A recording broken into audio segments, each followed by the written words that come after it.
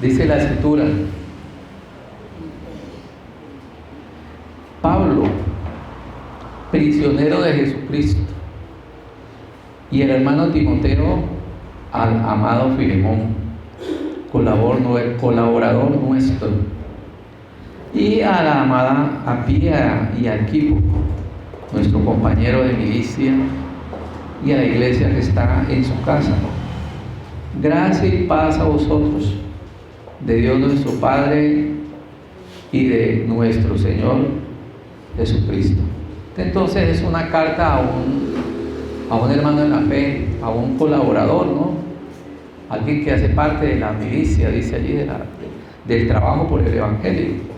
Entonces le dice lo siguiente: doy gracias a mi Dios, haciendo siempre memoria de ti en mis oraciones, porque oigo del gran amor y la fe que tienes hacia el Señor Jesús y para con todos los santos, para que la participación de tu fe sea eficaz en el conocimiento de todo el bien que está en vosotros por Cristo Jesús. Amén. Dejémoslo simplemente hasta allí, hasta el verso 6, pero tengamos como claridad en cuanto a lo que estamos leyendo. Cuando Filemón abre esta carta que le llega, pues se da cuenta del aprecio que le tiene el apóstol, ¿verdad? Se da cuenta de lo agradecido que está el apóstol, y se da cuenta que el apóstol ora básicamente para que la participación de su fe sea eficaz en el conocimiento de todo el bien que está en vosotros en Cristo Jesús. Amén. O sea, el apóstol ora para que todo ese conocimiento, ¿verdad?, todo aquello que Jesús ha puesto en nosotros, pues lo podamos siempre poner a disposición de otras personas. Amén. Eso hace que el apóstol pues le tenga confianza a Filemón, de tal manera que si usted sigue leyendo allí la carta, le solicita que reciba a Onésimo. Onésimo fue alguien que en el pasado fue un problema para Filemón, pero parece que en las prisiones, probablemente Onésimo, por esas cosas que pasan en la vida, cometió algún error y una fatalidad, y fue a dar ¿a dónde? A la cárcel. Y estando en la cárcel, él se convirtió al Señor, y ahora Pablo se lo envía nuevamente a Filemón y le dice: recíbelo, porque antes te fue una persona inútil, pero ahora te va a ser una persona útil. Amén. Y eso es lo que Dios hace. Amén. Dios cambia nuestras vidas, Dios cambia nuestros corazones. Amén. Entonces, la obra del Señor necesita hombres y mujeres en los cuales se pueda confiar. El apóstol Pablo le dice: yo podría como apóstol ordenarte que hagas esto, que lo recibas, pero no lo hago porque voy a confiar en tu juicio, porque sé el gran amor y sé cómo tu fe es una fe que compartes. Amén. Era una persona que, como decía ahora la canción, mostraba a quién, a Cristo en su vida. Amén. Entonces Pablo confiaba plenamente en Filemón, o más bien que Filemón comprendería las razones, amén, para que una vez cara a cara con él y hablando con él, él iba a tener la sabiduría para entender que el apóstol tenía la razón, que aquel que en un tiempo había sido inútil, ahora iba a ser ¿qué? Una persona útil. Amén. Recuerden ustedes que no es el único caso en la Biblia. Marcos, precisamente, que es uno de los acompañantes de Pablo, de Pedro, en un principio tuvo problemas con Pablo, porque cuando llegaron los momentos difíciles en aquellos viajes de Pablo, ¿saben qué hizo Marcos? Lo abandonó, lo dejó solo. Amén. Entonces Pablo dijo: no, Yo a Marcos no lo quiero conmigo. Pero por aquellas cosas llega un tiempo donde Marcos se convirtió también en una persona que útil. Amén. Entonces, ¿qué es lo que hace que una persona pueda cambiar tanto? ¿Sí? Que pueda enmendar sus errores. ¿Cuánto nos gusta enmendar los errores? Amén. Que aunque en un momento hayamos sido personas difíciles, amén, aunque en un momento hayamos sido personas, como dice la palabra, y la Biblia es un poquito más dura, dice inútil.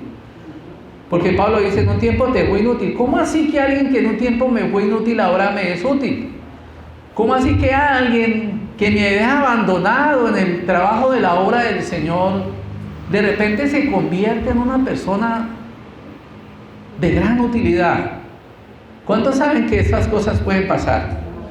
Amén. ¿Saben por qué?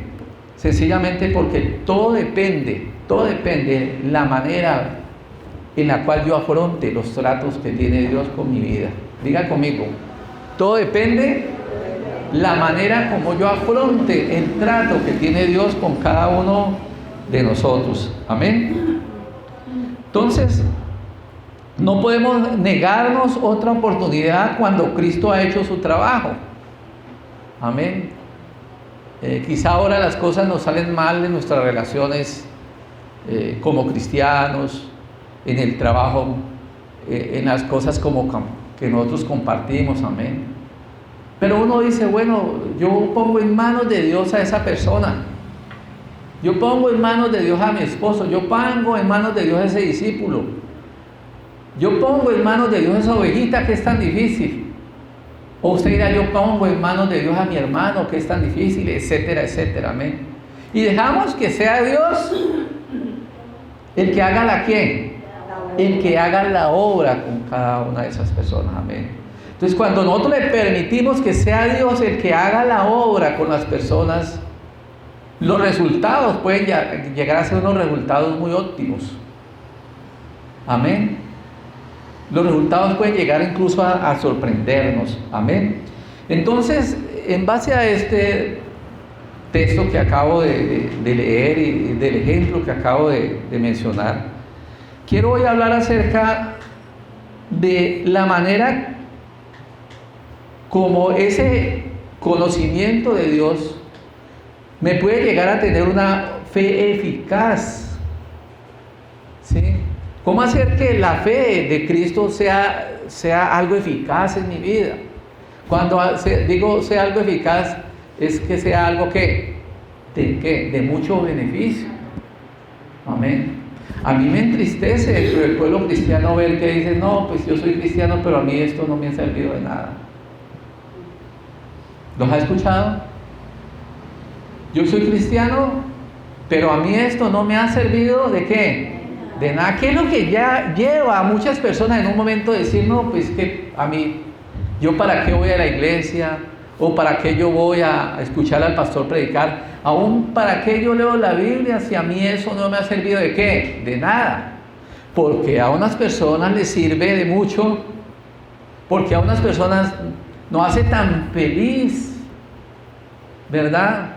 El servir a Cristo, el estar como olivo verde en la casa de Dios, y a otros no. ¿A usted no le parece interesante este tema? ¿Sí les parece interesante? Amén, es bien interesante, amén. Ahora, observe lo siguiente, es que ese conocimiento del bien, ¿qué es lo que dice Pablo a Filemón? Que en Filemón hay un conocimiento de ¿qué? Del bien. Pero dice, ese conocimiento del bien que está en vosotros. En otras palabras, es un conocimiento que hace parte de ¿qué? De nuestra vida. Se ha incorporado en nosotros, amén. Y Pablo sabe que si ese conocimiento está en mi vida, hace parte de mi vida, entonces yo puedo vivir una vida eficaz. Yo puedo llevar hacer una práctica de fe eficaz, precisamente participando de mi fe hacia otras personas. Amén. Entonces, Hay dos cositas que nos sirven a nosotros como punto de partida en este razonamiento que vamos a hacer hoy, a este pensamiento. Primero, hay un conocimiento que alcanza nuestra mente y otro conocimiento el cual es impartido al corazón. Diga conmigo, hay un conocimiento que alcanza mi mente, pero hay un conocimiento, amén, que llega a tocar mi corazón. ¿Cómo se da eso? Amén, vamos a mirar ahora en la Biblia. ¿Estamos de acuerdo con eso? Hay un conocimiento que nosotros lo capturamos en nuestra mente. Amén. Pero ¿por qué no afecta el corazón? Porque no ha afectado mi vida. Amén. Ahora, partamos de otro segundo punto que es importante, y es que en todo este asunto debe primar el deseo de Dios. Amén. Y el deseo de Dios no es otro, sino que nosotros vengamos al conocimiento de ¿qué? De Él. El deseo de Dios no es otro, sino este: guarda, hijo mío, tu corazón, porque Él emana la vida. ¿Cuál es el deseo de Dios? Que guardemos siempre nuestro corazón, porque desde nuestro corazón es que emana la vida. Amén. Primera de Timoteo capítulo 2, 4. No lo voy a leer, tranquilos, porque son textos muy conocidos. Dice: el cual quiere que todos los hombres sean salvos y vengan al conocimiento ¿de qué? De la verdad. Amén. Yo siempre digo, cuando uno se vuelve cristiano, uno se vuelve un estudiante. ¿Están de acuerdo con eso? ¿Cuántos estudiantes hay aquí? Uno tiene que asimilar esto. Es parte del yugo de Cristo. Jesucristo dice: llevad mi yugo sobre vosotros, porque mi yugo, ¿cómo es? Es fácil. Amén. Entonces, en el mundo el diablo nos tenía fregados con cadenas y con grillos. Y nosotros venimos aquí, pero es necesario que llevemos que el yugo de Cristo. Y parte del yugo de Cristo es volvernos ¿qué? Estudiantes. Que nos volvamos discípulos de Él. Amén. Porque Él quiere que todos nosotros, que ninguno se pierda y todos vengamos al conocimiento de Dios. Amén.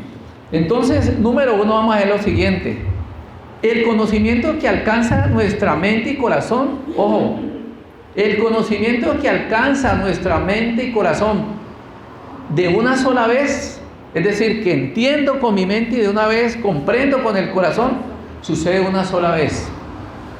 ¿Cuándo sucede? Una sola vez. Es la obra de gracia de Cristo. Cuando yo me convierto, ¿a quién?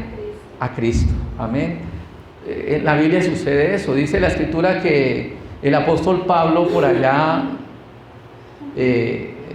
fue a predicar a la orilla de un río, y mientras predicaba había ahí al ladito una mujer llamada Lidia, vendedora de púrpura. Entonces, ¿qué dice la Biblia? Que Dios le permitió a Lidia en escuchar primero. Probablemente mientras el apóstol hablaba, Lidia estaba, porque ella iba a hacer sus oraciones. En otras palabras, Lidia era una persona que se había vuelto creyente en Dios. Amén. Era a la ley de Moisés, estoy hablando. Ustedes saben que el pueblo judío se extendió por todas partes y Moisés fue predicado en muchas partes. Entonces había mucha gente que creía en Dios, pero no creían según la verdad, según el conocimiento de Dios impartido a través de Jesucristo y el Evangelio. Entonces, mientras ella estaba allí, probablemente ya había terminado de hacer su oración y no se había ido, estaba a lo mejor bañando. El apóstol Pablo estaba allí hablando, y la Biblia dice que Dios capturó el corazón de ella para que le pusiera cuidado. ¿A quién? Al apóstol Pablo. Entonces, mire, una mujer, mientras Pablo hablaba, de repente Dios la lleva a que le ponga atención a las palabras del apóstol, y escuchando las palabras del apóstol, ella se convierte. Y dice la Biblia que fue bautizada. No sabemos si fue en el mismo momento o después, pero ella ese día, ¿qué pasa? ese día que se convierte. Entonces diga conmigo, es la gracia de Dios. Amén. Muchos de nosotros un día íbamos por ahí, no sabíamos dónde entrar, de repente llegamos a un lugar y en ese preciso lugar nos encontramos con un tratadito o alguien nos invitó a una iglesia y ese día el Señor permitió que nosotros le pusiéramos cuidado por primera vez ¿a quién? A alguien que hablaba de Dios. Eso me sucedió a mí. Yo jamás había escuchado a alguien hablar de Dios en propiedad y presentar a Cristo como único camino de salvación. El día que yo lo escuché ese día, Dios me dio ¿qué?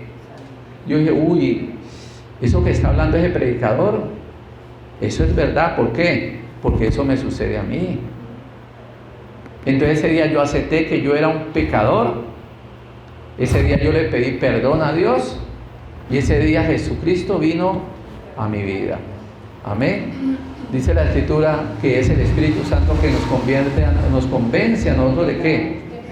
De pecado, por cuanto no creemos en Cristo, de justicia, por cuanto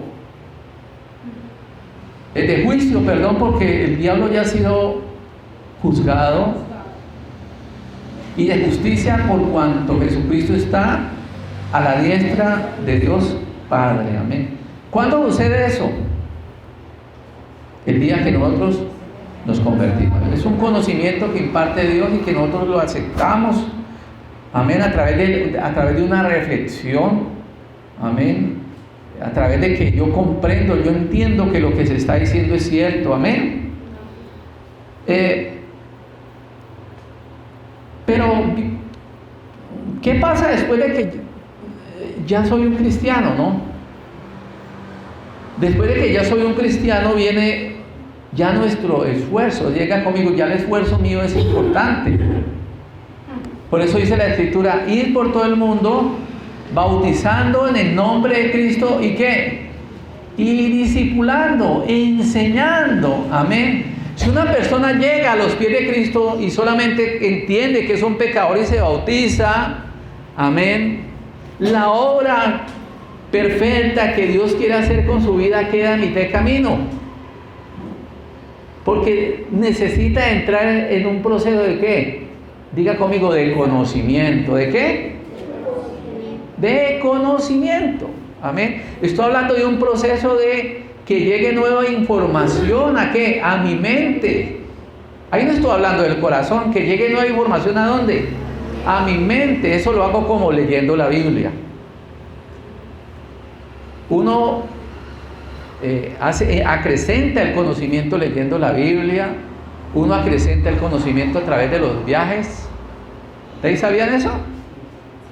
Entre usted más se dé la oportunidad de conocer y de conocer personas, de conocer nuevas culturas y de lógicamente leer la Biblia, usted va ¿qué? Creciendo. Amén. Tanto que dicen algunos que, y más, la gente que tiene mucho dinero tiene por costumbre enviar a sus hijos por el mundo, porque ellos dicen que esa es la primera universidad que ellos tienen que recibir. Yo tengo que ir y ver otros pensamientos, amén, conocer otros puntos de vista, otras culturas, y eso ensancha ¿qué?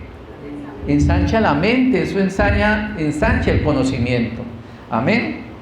Tiene que ver con eso. El apóstol Pablo, por ejemplo, ¿cuántos saben que al apóstol Pablo el evangelio que recibió lo recibió directamente de Cristo? Yo no recibí el evangelio de hombre alguno. Pero uno se extraña, ¿no? Yo habiendo recibido el evangelio directamente de Cristo, uno se extraña como el apóstol Pablo andaba con el pergamino, andaba con libros. ¿Se acuerdan ustedes que él les dice por allá en uno de esos viajes, les dice, tráigame en el capote, ¿sí? Tráigame los libros y mayormente el pergamino. Amén. En otras palabras, el apóstol Pablo es un ejemplo para decirnos, mire, la parte del esfuerzo humano en este conocimiento de Dios no es de qué, de desecharse. Amén. No es de desecharse. Por esas personas que dicen que mantienen orando y que reciben revelaciones, esto y aquello y aquello. Pero usted se pone a hablar con ellos de la Biblia y se da cuenta que son unos ignorantes, usted no les pare bolas. Andan despistados. Amén. ¿Por qué? Porque es la manera. Amén. Es una manera, uno necesita conocer la Escritura, uno necesita llenarse del conocimiento de Dios. Amén. Uno necesita escuchar a otros, valorar a otros, etcétera, etcétera. Amén. Entonces es todo ese conocimiento que es necesario. Amén. ¿Estamos hasta allí? Amén. Pero ese conocimiento que viene a la mente tiene un problema. Y es que ese conocimiento puede envanecer a la persona. ¿Qué puede hacer? Claro, porque ese conocimiento, ¿en dónde opera? En la mente nomás. Entonces, como opera en la mente, lo único que hace alimentar es mi yo, mi ego. Amén. Entonces, el único que puede operar en mi espíritu y en mi corazón, ¿quién es? Dios. Dígale que está al lado, ojo, que tú puedes conocer mucho la Biblia, tú puedes leer mucho la Biblia, pero el único que va a impartir sabiduría a tu vida, ¿quién es? Dios. Amén. ¿Quién es quien imparte sabiduría a la vida nuestra? El único que puede impartir sabiduría a nuestra vida es solamente Dios. Nadie más puede impartir sabiduría. Amén. Leámoslo en 1 Corintios capítulo 8 del 1 al 4.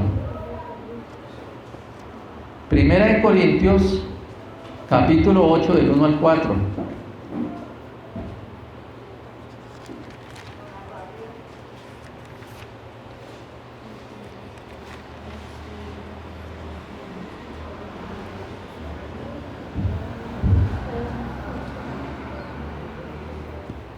¿Qué dice?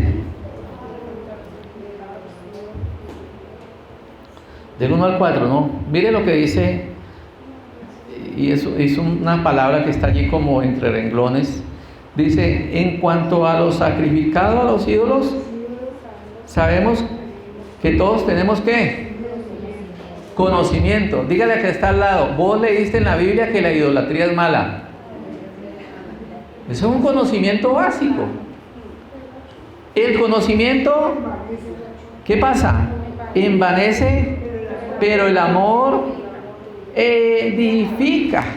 Y si alguno se imagina que sabe algo, aún no sabe nada como debe saberlo. Uy, ¿cómo así? Dígale que hasta la voz que no basta con que tú leas en la Biblia que la idolatría es mala. Tú lo que tienes ahora es un conocimiento, pero todavía ese conocimiento que tú tienes no lo sabes de la manera más adecuada. ¿Sí? Dice, y si alguno se imagina que sabe algo, aún no sabe nada, ¿cómo qué? Como debe saberlo. Usted imagina que sabe muchas cosas. El apóstol Pablo dice, no, usted porque sabe tantas cosas en la Biblia, usted piensa que sabe mucho. No, usted no sabe cómo debe saber las cosas. Porque todo ese conocimiento, ¿en qué nivel está? ¿En dónde? Diga conmigo, en la mente. Amén. Y ese conocimiento en nuestra mente lo único que hace es que venga que el envanecimiento. Es decir, hay cosas que sabemos porque así están escritas. Por ejemplo, sabemos, diga conmigo, no idolatría, no disoluciones, no, sí. Usted lee la Biblia y usted encuentra todas esas cosas. No hagas esto, no hagas aquello, no hagas aquellos. Prohibiciones ¿y qué? Y aceptación, eso es lo que usted encuentra. Y usted se llena de todo ese conocimiento, conoce la historia de Israel, etcétera, etcétera, amén. Pero ese conocimiento necesita el toque de Dios en nuestras vidas. Amén. Dice la Escritura que ese conocimiento no se envanece. Los fariseos, si usted conoce un poquito la historia, se da cuenta que los fariseos al principio no eran lo que llegaron a ser. Hoy nosotros la palabra fariseo lo conocemos como ¿quién? Como un hipócrita, como alguien que no es de confianza, como alguien que la verdad nos repudia aún tenerlo cerca. Pero en un principio no fue así. Los fariseos en el principio se les conocía como los guardadores de la ley. Es decir, ellos iniciaron con un trabajo noble de parte de Dios. Estando el pueblo de Israel en la dispersación, en naciones ajenas, ellos por temor a que el conocimiento de Dios, la Biblia, se perdiera, entonces surgieron los fariseos. Ellos eran los que manejan la sinagoga.